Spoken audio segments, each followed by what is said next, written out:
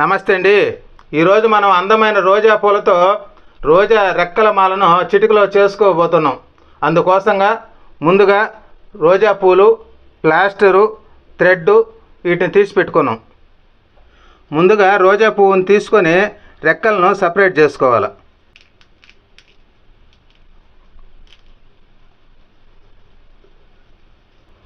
ఈ విధంగా రోజా పూల రెక్కలను ఒలిసి పెట్టుకోండి. వీటిల్లో పెద్దగా ఉన్నట్టు కొంచెం సపరేట్ చేసి పెట్టుకోండి.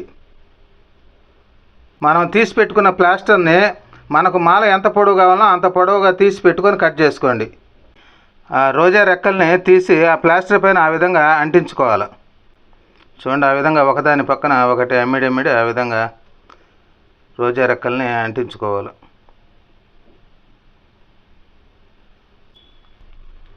చూడండి, 4 పక్కల అంటించారు. ఫ్లవర్ లాగా ఉంది చూడండి. ఈ రోజా రెక్కల్ని ఈ విధంగా అంటించుకోవాలి.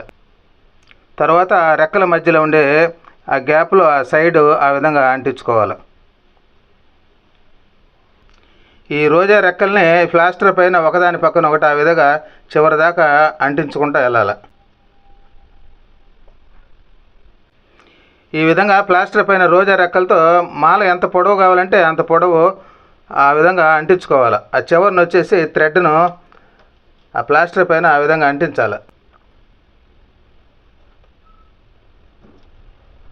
చూడండి, రోజా రెక్కలతో ఒక సైడు మాలగా చేసుకున్నాం. చూడండి, రెండో సైడ్ కూడా వి ఆకారం మాదిరిగా ఆ ప్లాస్టర్ని అంటించేసి చివరి దాకా మనం ఎంత కావాలంటే అంత దూరం ఉంచుకొని కట్ చేసి పెట్టుకొని దానిపైన కూడా రోజా రెక్కలతో ఆ విధంగా అంటించుకోవాలి.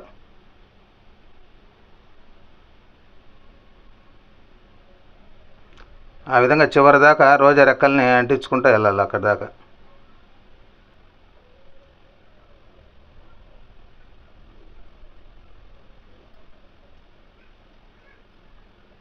ఆ విధంగా అల్లుకొని చివరిన ఆ థ్రెడ్ని ఆ విధంగా అంటించుకోవాలి.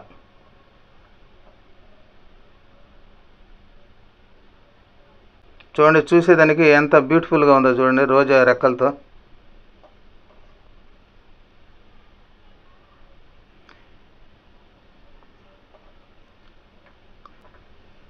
చూడండి, చిటికలో చేసుకున్నాం. ఈ విధంగా రోజా రెక్కలతో ఈజీగా ఇంట్లో చేసుకోవచ్చు. ఇలాంటివన్నీ మీకు ప్రతిరోజు చేసి చూపిస్తుంటాం. నచ్చితే సబ్స్క్రైబ్ చేయండి, లైక్ చేయండి.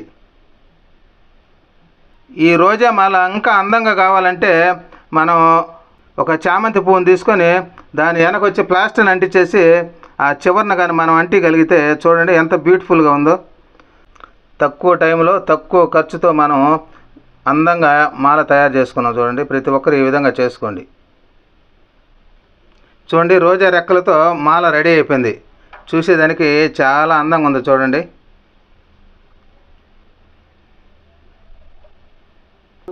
చూడండి, రోజా పూలతో ఇంట్లో ఈ విధంగా అందంగా మాల చేసుకొని దేవునికి అలంకరించుకోండి. నమస్తే.